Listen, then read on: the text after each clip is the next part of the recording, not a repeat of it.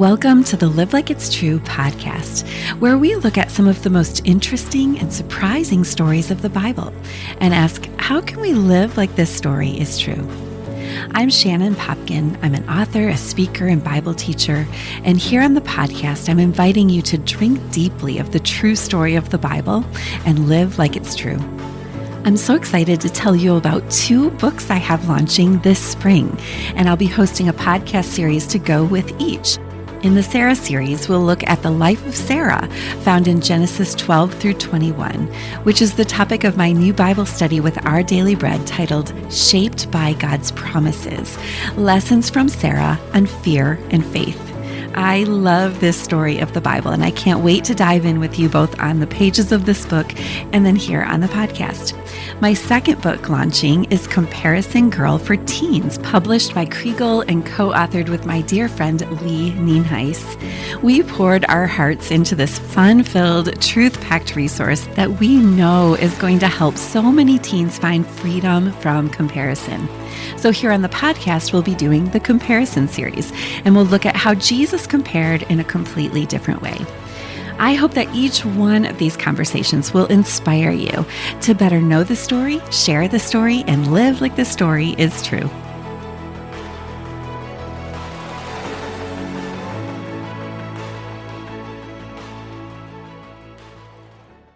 In these early episodes of the Sarah series, I'm talking with 4 women whose stories were highlighted in my new Bible study, Shaped by God's Promises.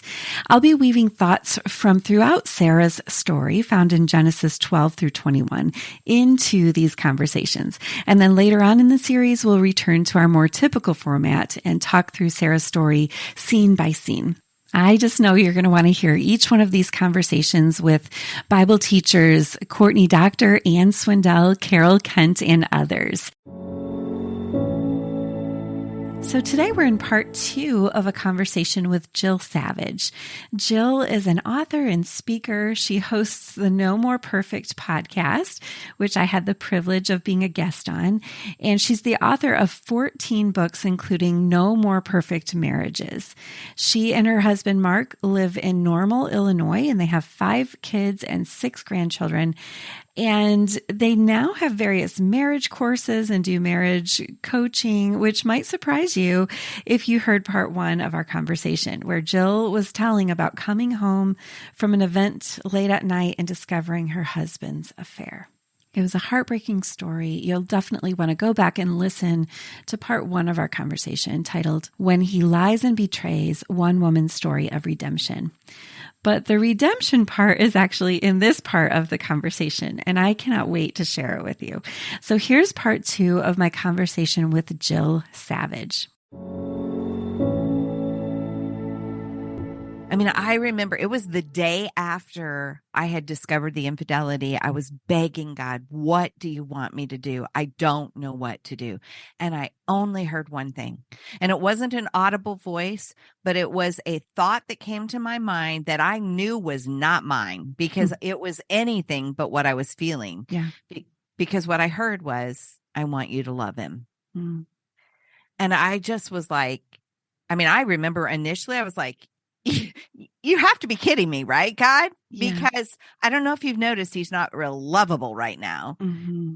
And God whispered back to my heart, you know, Jill, sometimes you aren't either. Mm. And I was like, you know what, Lord, you love me when I'm unlovable. Mm. I don't know how to do that. I only know how to love someone who's loving me back. Right. I don't know how to love when it's not being reciprocated. And God eventually took me to Romans 12, 9 through 21. Mm. I call it the unhumanable love section of the Bible. Unhumanable. Like unhumanable. Not humanly capable. Possible. Okay. Yep. Not exactly. And that word came up one day after we were separated, and I was talking with Mark one day, and he said, he just blurted out, I don't get you. You have treated me so kindly, and I have treated you so poorly. I don't get that. And I thought for a moment, because God was really a place that God was growing me is I had been quick with my tongue. Mm. And he was slowing me down, measuring my words. I was Mm. not speaking unless God gave it to me. And so I was just real quiet in that moment. And I was like, Lord, I don't even know how to respond to that. And the only words that came to my mind is I said, I don't know, Mark, it's unhumanable. And he goes, what? What was that? And I said, I don't, I didn't, it just came to my mind. It's unhumanable. You can't do it in your own human strength. It's Well, only because of God. and what I hear you ask God, what should I do? Right? Isn't that was your prayer? What should I do? Yes. What should I do? I think that is so common. My friends who are going through marriage difficulties, what I hear them asking over and over is, what should I do? And God told you to do something that looked impossible, right? Yes. It was impossible. And that's what I see in Sarah's story as well. God Mhm. asked her to do something that was impossible. Yes. To have this baby was impossible. And even to sleep with her husband in the hopes of having this baby was impossible. I often say, like, it wasn't readily apparent why Sarah belonged in Hebrews 11. It's this chapter where we're hearing all these great things that people did. Noah built his boat and Daniel shut the mouths of the lion, these great things people did. Well, Sarah didn't do anything. She had a baby. Like, if you've had a baby, like you just eat and sleep and the baby grows, right? Right. So she didn't but then I had this thought, well, she did have to do something. Right. And it is right after this story we're talking about, where she's been in the palace of this king, like right after she's released, that she sleeps with her husband and becomes pregnant. And I imagine it felt impossible, but I just want to read this verse from Hebrews 11:11. It says, by faith, even Sarah herself, when she was unable to have children, received the power to conceive offspring. Since, that word since, it's sort of like an explanation. Yeah. Since she considered the one who had promised was faithful. Yes. So Sarah, if you look carefully at this verse, it says, by faith, Sarah, the verb is received power. Yes. This was something she had done many times, slept with her husband, but she received the power to conceive. And we want to be women who receive power to do these amazing things these impossible things that we cannot do. And so, what's behind this power? She considered the one who had promised was faithful. Yep. Was that part of your story too? Like, to love your husband was impossible.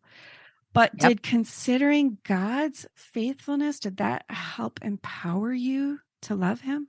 Absolutely. And the way I also describe it is, are we going to look at the mountain or are we going to look at the mountain mover? Because the mountain was huge and it looked absolutely impossible. But the mountain mover, all things are possible with him. Yeah. And so, and honestly, at this point, Shannon, I really wasn't sure I was going to get the ending I was hoping for, because I was standing for my marriage, right? I'm believing that if my husband will return to his God, he will return to his family. Mm-hmm. And I'm believing that, but there is no evidence, none. And in fact, he's pulling farther and farther away, even so much that my Christian friends, my Christian counselor, at some point start to say to me, Jill, it's probably time for you to start thinking about a future that looks very different than what you want it to look like. Give us the time frame. Like, how much time before? At that point, that was a year from the beginning of the emotional affair. It was just short of a year. Okay.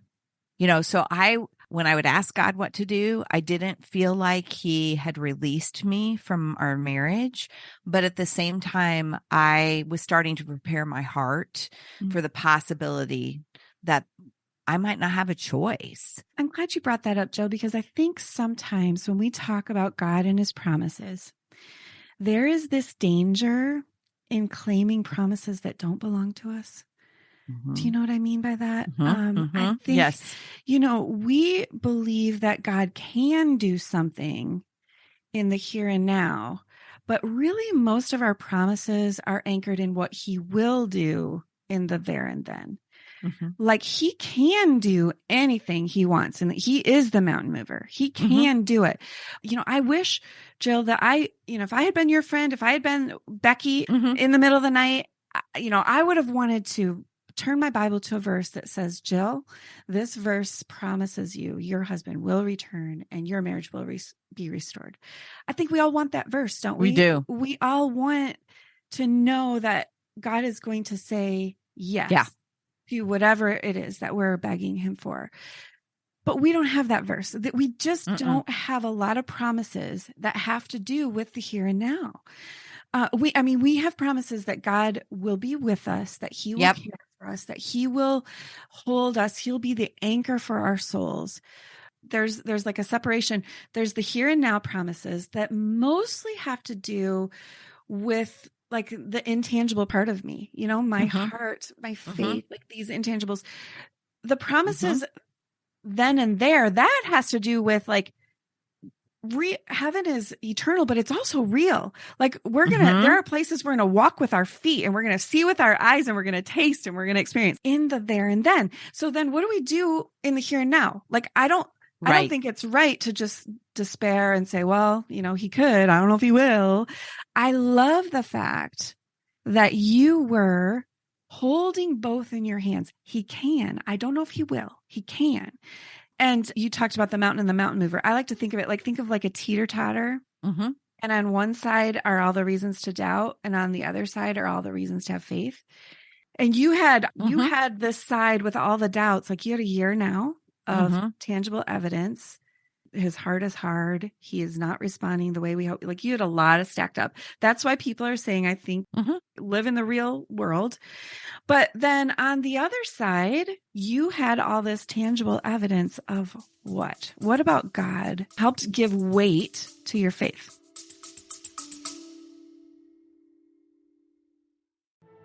What are you waiting on God for? And which promises of God apply to you during this long stretch of waiting? My free Pray God's Promises prayer guide will help you sort out which promises are for here and now and which ones apply to you later. When you pray the promises found in your Bible, this is one of the ways that God shapes you by his promises. For your free prayer guide, use the link in the show notes or go to shannonpopkin.com/promises, where you can also learn more about my brand new Bible study with Our Daily Bread titled Shaped by God's Promises, Lessons from Sarah on Fear and Faith.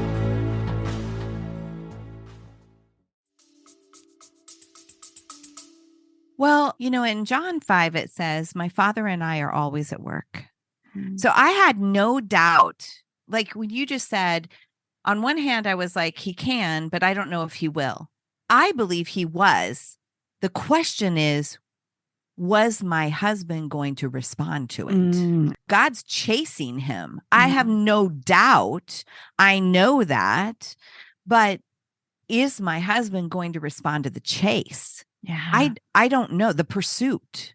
I don't know if he will. And that is where I had to hold both parts, because would God heal us? Absolutely. He already was working on it. The question is, was Mark going to respond to the invitation of healing? So you're saying your faith was weighted in what you knew God was at work. You knew God was powerful enough. You already saw evidences of him at work.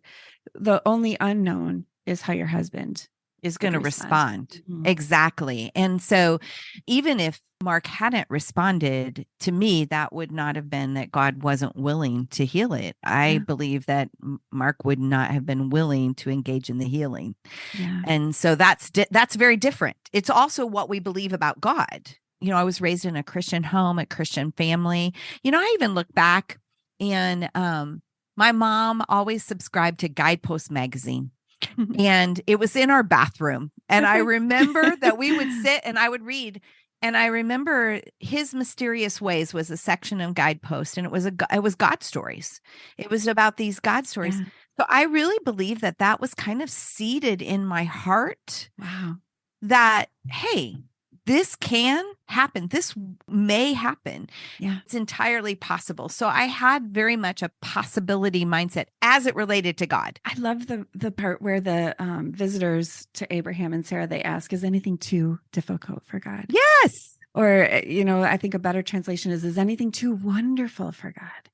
Like, is there anything that he can't do? And the answer is no. No. And so, and like what that verse that we just read in Hebrews 11, she considered him faithful, the one faithful who had promised. Like, that's you. You're considering, you're stacking up all the evidence. You have the stacks of Guidepost magazines filled with story after story after story of what God has done in people's lives. And I think that is so important. I have a friend who, we were talking about her marriage recently, and she's very discouraged. And I said, how are you praying? Like, what does your prayer sound like? And she says, I'm praying, God, do whatever you want to do. And I heard a little tone of resignation, in her voice. And I said, well, are you praying that God will heal your marriage? She's like, that's really hard to do because there have been so many disappointments. Did you ever face that in your struggle? Oh, yeah. And there was a point right before Mark made his U-turn, which was miraculous, Shannon. I mean, literally in 1 minute, he was telling me he was filing for divorce that week. And literally 3 minutes later, he was praying a prayer of surrender. So like what just happened? I don't even know what just happened here. But I will say there was a point I was thinking, do I even want my marriage to make it? Yeah. This is really hard. And would it be better? And quite frankly, I mean, Mark was raised in, and he speaks very openly about this, but he was raised in an abusive home. And so his childhood was very difficult. We all bring junk in the trunk to marriage. Okay, we all do. But the way we describe it when we teach on it is that, I brought 5 suitcases of junk in the trunk into our marriage, and he brought 5 semi-loads of suitcases of junk in the trunk. And so, that's a lot to unpack. That's a lot to go through and get rid of. It is. And so needless to say, it had not always been easy because of the pain, the level of pain he had experienced in his upbringing. So there was that time where I questioned that. But I'll tell you what my number one prayer was. It was really interesting because several years earlier, Jennifer Rothschild had spoken at a Hearts at Home conference. And if you don't know who Jennifer is, she's an author, a speaker, a musician, and she happens to be blind. Yeah. And so she was speaking as it related to her blindness, but she said, it is not well with my circumstances, but it is well with my soul. And I remember her saying that. And I remember thinking, oh, that's a neat little phrase. And I remembered it like it was a sticky statement, right? And it stuck in my head, but it didn't apply to me at the time because it was well with my circumstances. But God brought me back to that message in the middle of my mess. And my prayer became, Lord, it is not well with my circumstances, but I am determined. It needs to be well with my soul. So please grow me, change me, mold me, do whatever you need to do in me, because whether my marriage makes it or not, I have some growth to do. And so that, I would say that prayer really kept me steady of believing that whether I was going to get the end product, there was still value in the journey. And it's part of the reason that my husband and I created an online course. It's called The Wait is Not Wasted. And it's designed for people who are in the middle of waiting, particularly for a spouse to reengage or waiting through a difficult season, because it's like, this is prime opportunity for your personal growth. Absolutely. And so that really became my prayer. And I would say that's probably a big part of what helped me steady too. I see that in Sarah's story as well. I mean, God could have given her this baby, the month after he promised, right? Right. When they left the earth. I think that's probably what she had in mind. Like, we're going to move and I'm going to get pregnant on the way and we're going to build a house there and I'm going to have lots of babies. I think that's Mm-hmm. probably what she envisioned, not living in a tent for 20 some years and waiting until she was almost 90 years old. Yep. Right. And yet it was not well with her circumstances. And especially, I think this situation, this is such a key part. I don't hear as many people emphasizing, I think because it's the second round for Sarah being taken into the king's palace, we're kind of like, well, it's just a repeat story. But because of where it falls on the timeline, Mm-hmm. I think this is the story. This Mm-hmm. is the hinge in the story where God is really pressing. He's testing. Abraham's just failed this test. And we know that if you look at the timeline, I mean, she's probably in Abimelech's household for about 3 months because we know Mm-hmm. they had infertility problems. So that takes more than a couple months to realize, like, oh, we got infertility issues. So at least 3 months. She, like, probably a couple weeks before she's taken into this is when God came to lunch and promised a year from now you're going to have this baby. So if you look at the whole timeline, you know that Sarah had to leave this palace and sleep with her husband Mm-hmm. and get through a whole mountain of junk in the trunk, right? Mm-hmm. To be able to come to that place where she considered him faithful who had promised. And Yep. God was, I mean, look at what God did. Mm-hmm. Here she is. She's in this palace, Abimelech's palace, and God comes to him in a dream. And Mm-hmm. literally overnight, he can't Mm-hmm. sleep. Immediately, first thing in the morning, he calls his advisors. Then he calls Abram and he's like, why did you lie to me? And then he gives her back. I think it's that very day. Look at how God did this miraculous thing. It can look so dark and you just don't even know what God Yep. can do. And Yeah. I want people to be inspired by Sarah's story, by your story, by all these guidepost stories, whatever, like Yeah. all the things that God can do. Tell us about that moment when God just turned everything on its head. And in that 3 minutes time period, I mean, I got to hear that story. Oh my gosh, it was so crazy. It was so crazy. So we're separated and the Saturday night before Easter Sunday, well, the week before Easter, our oldest daughter had her second child. And I had traveled up to Chicago to actually help her with the birth and to stay for a few days. Mark had stayed at the house with the boys because I was absent. I was up in the Chicago area. Now I had ridden the train up. So he had decided once the baby was born, he would bring the boys up and they would see this new little one in our family. And then because I had ridden the train up, I would just ride back with them. Now, this is all very uncomfortable. Sure. Yeah. Very uncomfortable because all of our kids are very hurt by Mark. They're trying their best to love their dad, but it was difficult. If it was me, control girl me, I'd be thinking, making plans. I'm going to sit in the back seat. Is that what you're thinking? Yeah, exactly. Yes. Yeah. I mean, I just would have arranged it that way. No, I'll sit in the back. You can sit up in front with dad. That's what I would have done, I think. Yeah. Yeah, totally. That kind of awkward. And so when we got back home, we got back home extremely late, like 2:00 in the morning. Mark had another 20 to 30-minute drive home. And I was concerned. He's one of those that can fall asleep at the wheel. So I was like, would you like to just stay at the house tonight and then you can go home tomorrow? And he said that probably would be wise. So he stayed at the house that night. And so the next morning's Easter, our boys get up and they get themselves to church because one's on the worship team and one runs sound. What? And this is Easter morning. It's Easter morning. Oh my goodness. And so they get themselves to church. It's just Mark and I alone in the house. And Mark comes into the room that I'm in and he says, I just want you to know, he's carrying a piece of paper. And he said, he had this blank piece of paper and he'd drawn a line down the middle. And he said, so this is my yard and this is your yard, pointing to each side of the paper. And he said, and this line is the fence. And we've been meeting at the fence.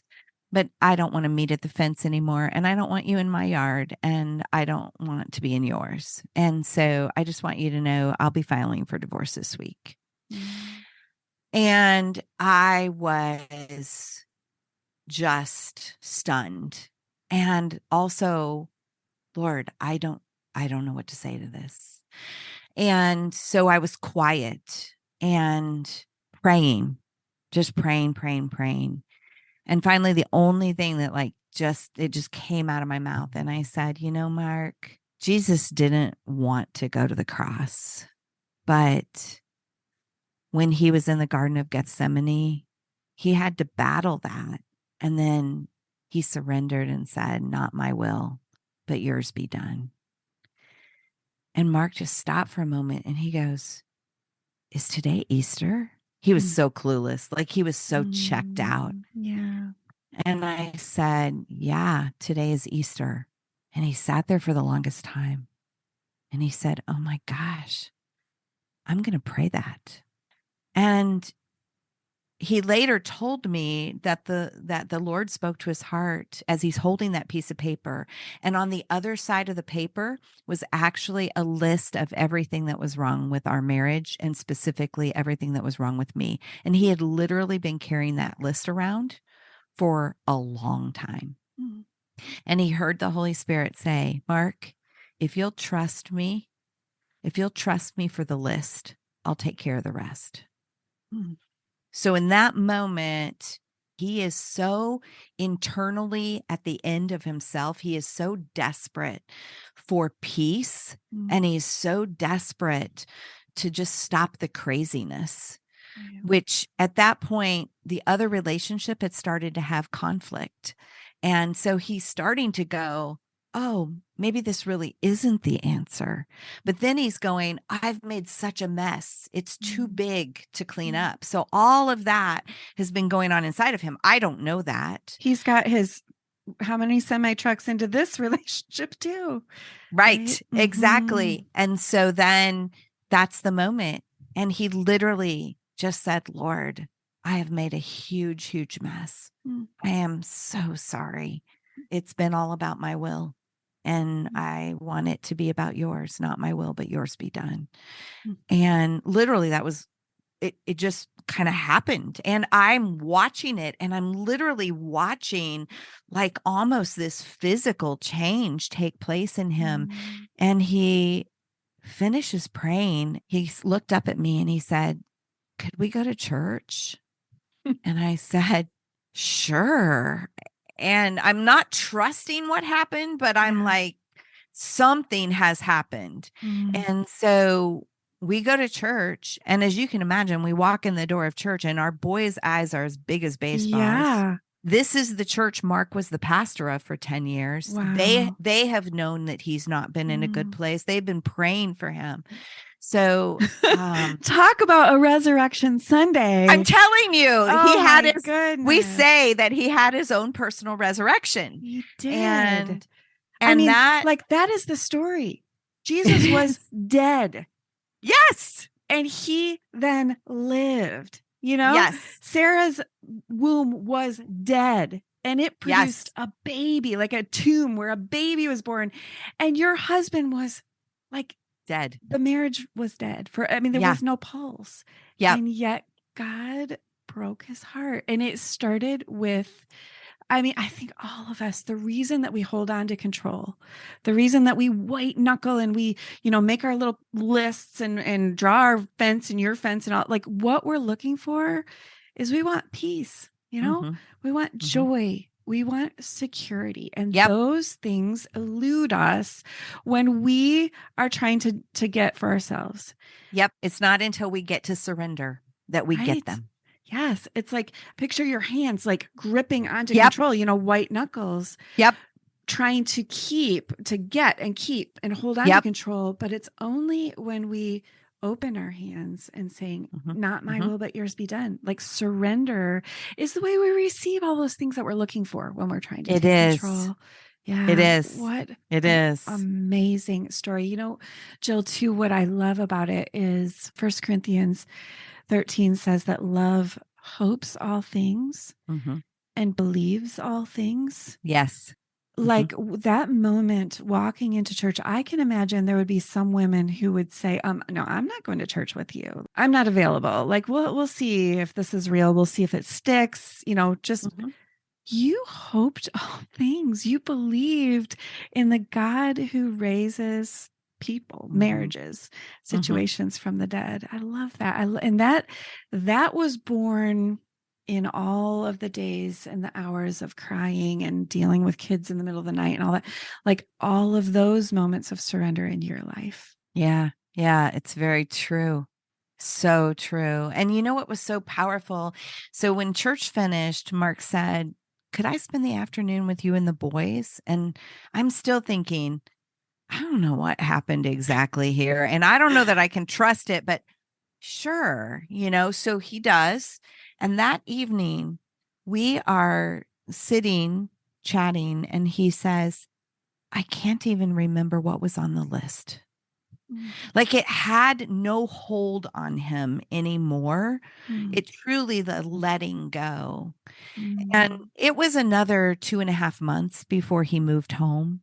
We began counseling again. We began to put the broken pieces back. And even after he moved home, it was still another about 14 months of counseling. It was about an 18-month healing period for us. Yeah.